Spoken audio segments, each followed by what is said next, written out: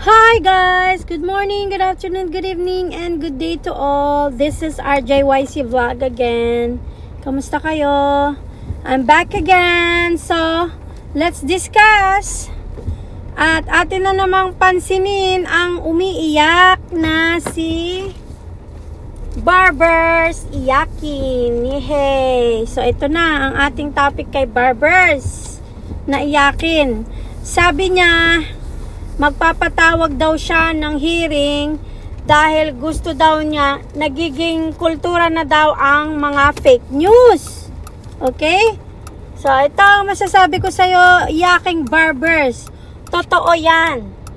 Diyan sa part na yan, uma-agree ako sa'yo na napakadami na talagang fake news sa social media. Totoo yan. Alam mo kung sino ang number one na fake news sa social media? Kasi nakakarating sa social media eh. Kung walang SOCMED, hindi makikita ng taong bayan kung gaano kayo ka-fake news. Yes!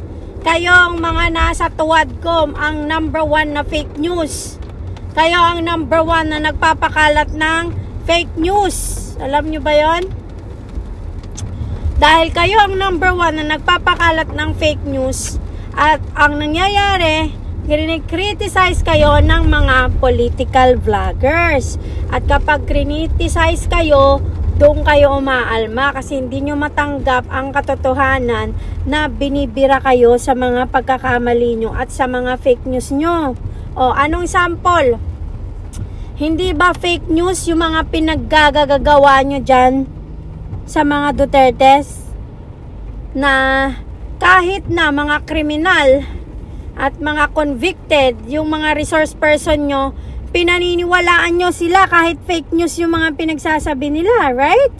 So yeah, you are number one protecting the fake news dyan mismo sa Kongreso, 19 Congress. O, alam mo ba yon? So see, nag-agree ako sa'yo.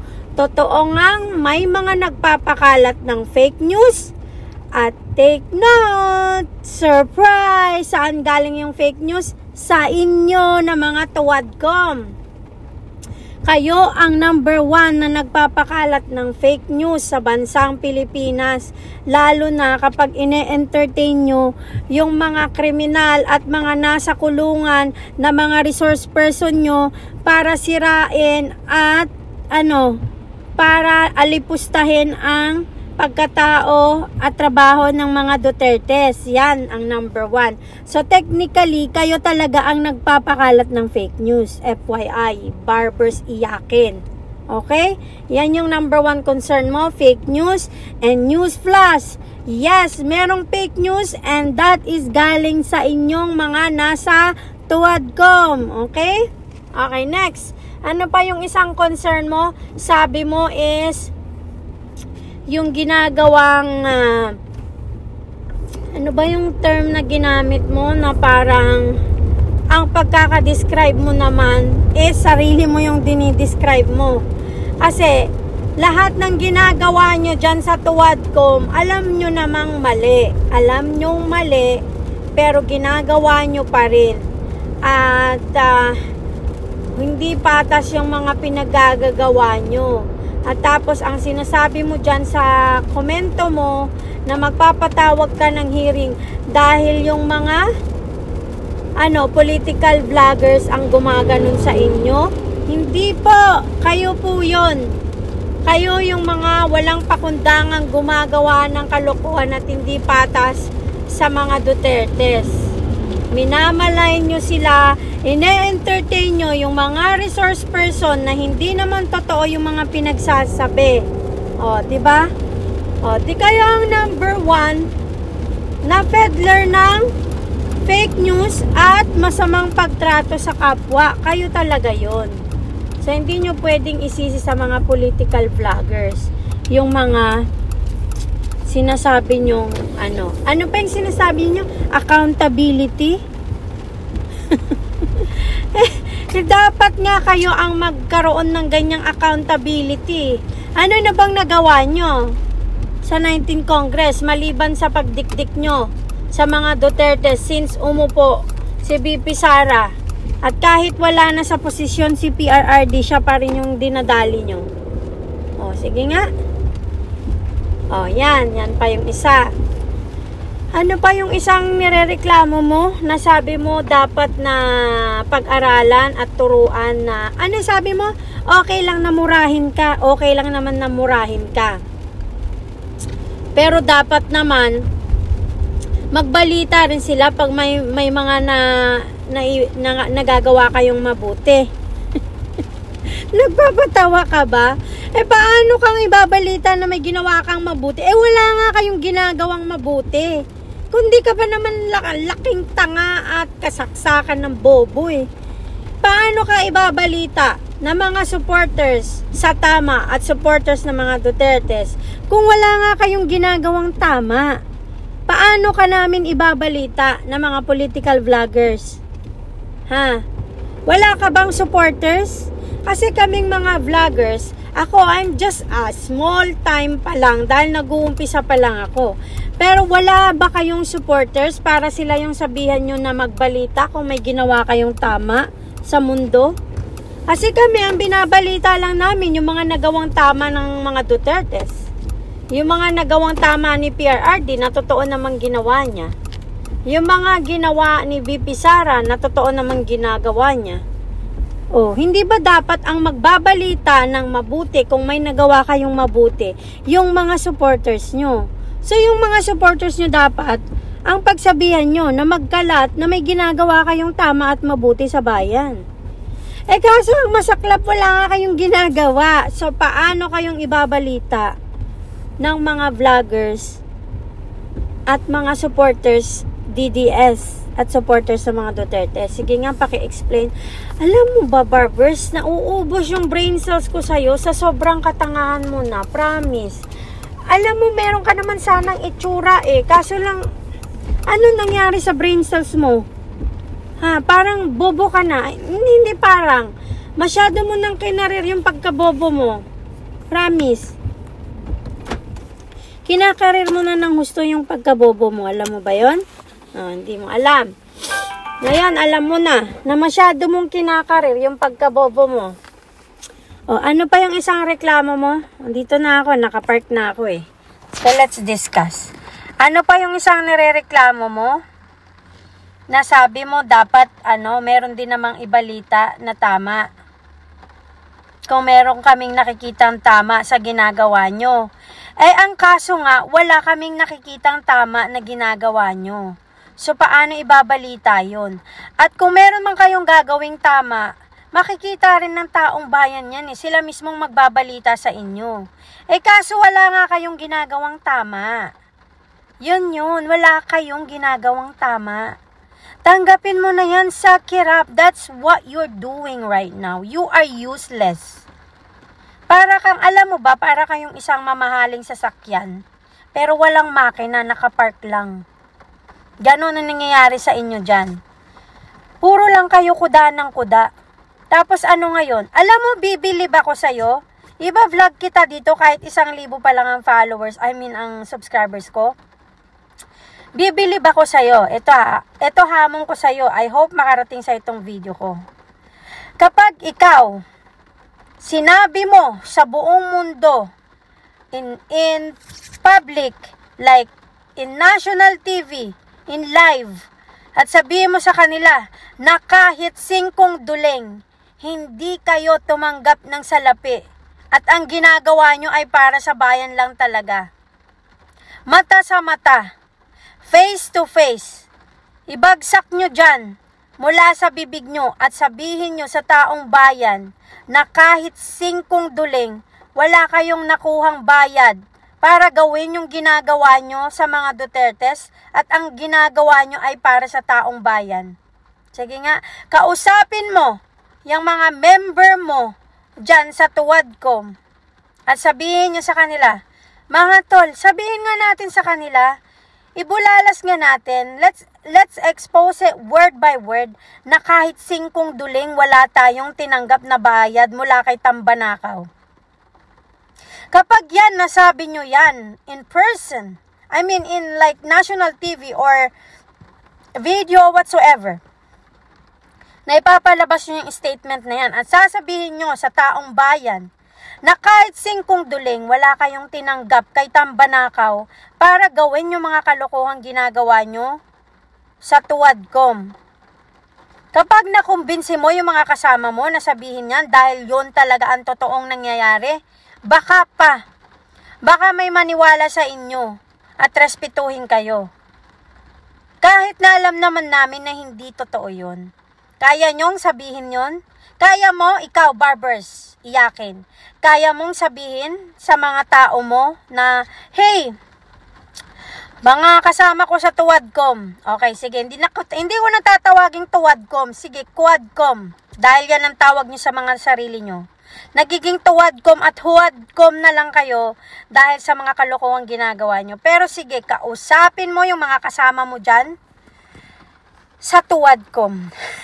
Hindi ko talaga maiwasan yung Tuwadcom eh. Sabihin mo sa kanila, kayo, sabay-sabay na maglabas ng statement, na kahit 5 duling wala kayong tinanggap kay Tambanakaw at ang ginagawa nyo lahat sa sa Kongreso ay para sa taong bayan dahil mahal nyo ang taong bayan at gusto nyong makita kung sino talaga ang salarin at sino ang naging masama sa war on drugs. At sa ginagawa nyo kay BP Sara, ay mahal nyo ang taong bayan kaya nyo siya dinidikdik. Sige nga, hindi mo kayang gawin yan at hindi nyo kayang gawin yan dahil alam nyo sa sarili nyo na hindi libre ang ginagawa nyo. Huwag na tayong maggaguhan, Barbers. Hindi nyo na mauuto ang taong bayan. Matatalino na ang taong bayan ngayon, lalo na may social media. Kaya hindi ka pwedeng magsigasigaan na ipapatawag mo, you know what? Ipatawag mo lahat ng sikat na mga vloggers, political vloggers, at ilalampaso kayo ng mga yan kapag dinala nyo sila sa hearing. Bakit? Dahil yung mga political vloggers na yan ay may isip, may puso, authentic, organic. Lahat ng sinasabi nila ay pawang katotohanan at ang kanilang pinagmamalasakitan ay ang taong bayan. Hindi ang kanilang mga sarili. Kaya kung may sasabihin kayo dyan, magpasalamat kayo kung yung vloggers na i-invite nyo dyan na DDS supporters or Duterte supporters ay mabait. At hindi kayo kayang murahin. Dahil aabangan talaga namin yan. At ito pa, yaking Barbers. Sige, gawin mo yan sa mga political vloggers ng DDS o ng supporters ni PRRD at ni BP Sara. Maniwala kayo sa akin. Magpapasalamat pa sila sa inyo. Bakit kamo? Dahil pinapasikat nyo sila as a political vloggers at dadagdagan nyo yung subscription nila. Alam nyo ba yon? Yung engagement nila, tataas. Yung mga subscription nila, tataas. So, binigyan nyo sila ng free, big platform para ipakita sa taong bayan kung sino sila at kung sino ang mali at sino ang tama. Okay? So, magpapasalamat pa yung mga yan. I dare you. Magpapasalamat yan sa inyo dahil pag sumikat lalo yung mga vloggers na yan, tataas yung kanilang subscription. Ang daming magsusubscribe sa kanila, lalo na kapag binoljak-boljak kayo dyan. O, kapag sumagot-sagot sa mga pinaggagawa nyo dyang kagaguhan. Ha? Naintindihan mo ba yon? Iyaking Barbers? At yung mga kasamahan mo dyan sa Tuwadcom, wala na ba kayong maisip na mas magandang ikakatulong sa buong bansa? Tatakpan nyo na naman yung ginawa nitong bangag nyong amo na pinirmahan niya yung pinakakurap na budget sa kasaysayan ng Pilipinas, 2025 budget? Hindi nyo ihihiring yung zero budget ng PhilHealth? At yung mga ibinawa sa DepEd, sa AFP, at lahat ng mga nabawasan ng budget at nilipat sa kung ano-anong sa akap nitong Tambanakaw na boss nyo. Hindi nyo ihihiring yon, right? Hindi nyo gagawin yan. Kasi nga, hindi nyo kayang sagasaan yung mga taong nagbabayad sa inyo. At nagsasabing kumuda kayo ng kumuda. Okay, ikaw Barbers, Wala ka bang pamilya? Hindi ka ba nila pinapansin? Kaya ganyan ginagawa mo, nagpapapansin ka sa mga DDS supporters? Ha? Na walang pumapansin sa'yo sa bahay kasi kasuka-suka kayo. May magulang ka pa ba? I'm pretty sure hindi na pa proud sa'yo magulang mo. Kaya nagpapapansin ka sa mga vloggers para mapansin kayo. Pansin naman kayo eh. Kaso nga lang, kayo yung pinakakinamumuhian ng mga tao sa balat ng lupa ngayon. Dahil salot kayo sa bayan. At hindi na natutulog ang taong bayan. Lalaban na ang taong bayan sa mga pinagagawa nyo. Kaya tawang-tawa ako sa hindi lang ako, lahat ng mga political vloggers at mga DDS, OFWs at mga Pilipino na sumusubaybay sa mga Dutertes, tawang-tawa sa'yo. Kasi talagang pinatunayan mo na ikaw ang masteral, valedictorian ng cum laude whatsoever. Ikaw yung nasa top of the top ng kabubuhan ngayon. Dahil wala ka nang maisip, naihihiring. Ngayon naman, yung mga political vloggers ng DDS ang pinag-iinitan mo. Ubos na ba yung unang ibinayad sa'yo, ha? Di umano. Ubos na ba? Kaya ubos na, kaya yung mga naman, mga political vloggers naman pag-iinitan mo. Wala ka na bang salapi? Kaya kailangan magpabida ka uli. Panibagong bayad ba yan? Di umano. Alam mo, nakakatawa kayo dyan sa tuwadkom. Ha? Kahiya-hiya kayo at ito pa, iyaking barbers. Ang sabi mo, kasi sinisiraan kayo, yung credibility nyo, wala kayong credibility. As in, promise, wala. Ever since, ang tagal-tagal nyo na dyan sa Kongreso, wala pa rin kayong nagagawang tama sa bayan nyo at ngayon sa buong Pilipinas. Nagiging salot na kayo sa buong Pilipinas. Dati, salot lang kayo sa sa mga distrito nyo. Ngayon, sa buong bayan na. Especially ikaw, barber, sabi mo, fake news. Ikaw ang number 1 na fake news. Bakit? Diba dati, bilib na bilib ka kay PRRD? Sabi mo pa nga, dapat ginagaya ng ibang bansa yung war on drugs niya. Oh, anyari? Bakit ngayon, ka na? Balidtad ka na. So, traidor ka din, kagaya ng amo mo. Traidor kayong lahat dyan sa mga tuwadkom. Para sa Para sa pansariling kapakinabangan nyo lang. Para sa sariling bulsa nyo. Okay? Yan ang totoo. Huwag tayong maggaguhan, barbers. Huwag tayong maggaguhan. Matatalino na ang taong bayan ngayon. Hindi nyo na mauuto. Kaya ito lang masasabi ko sa iyo, sige ipatawag mo lahat ng DDS political vloggers at pasisikatin mo silang lalo at magpapasalamat yung mga yan sa iyo. Mas lalo silang magkakaroon ng mga pakulay. Okay? At dyan mo malalaman na kahit 5 duling, hindi kami nababayaran ng salapi ni PRRD dahil ang pagmamahal namin sa mga Dutertes walang kapantay na salapi. Okay, na kahit na anong mangyari, hindi namin sila iiwanan dahil hindi yun nabibili ng salapi. Kayo, nabibili kayo ng salapi Nagpalit lang ng presidente, bumaligtad ka na agad. Yung dati mong hinahangaan na war on polvoron ni PRRD, wala na, kaliwali na, nakalimutan na agad. So, traidor ka din. Barbers at yung mga kasama mo dyan, mga traidor kayo. Wala kang isang salita. Na dati hinahangaan mo, ngayon hindi na, ikaw pa yung chairman, utot mo, barbers. Walang maniniwala sa inyo kahit magtutuwad kayo dyan sa tuwadkom. Kaya nga tinawag na tuwadkom mga huwadkom pa kayo. Alam mo ba yon? So makinig ka ha, wala kaming pakialam sa'yo, pero sige, tawagin mo lahat ng mga sikat na DDS vloggers at tingnan natin, manalangin ka na walang magmumura sa'yo. At ilalampaso ka ng mga yan dahil mas matatalino pa sila sa inyo sa batas. Dahil ang bobobo nyo sa batas. Yes, ang bobobo nyo ang tatanga nyo, barbers at ang mga kasamahan mo sa tuwadkom. Okay? Mark my word.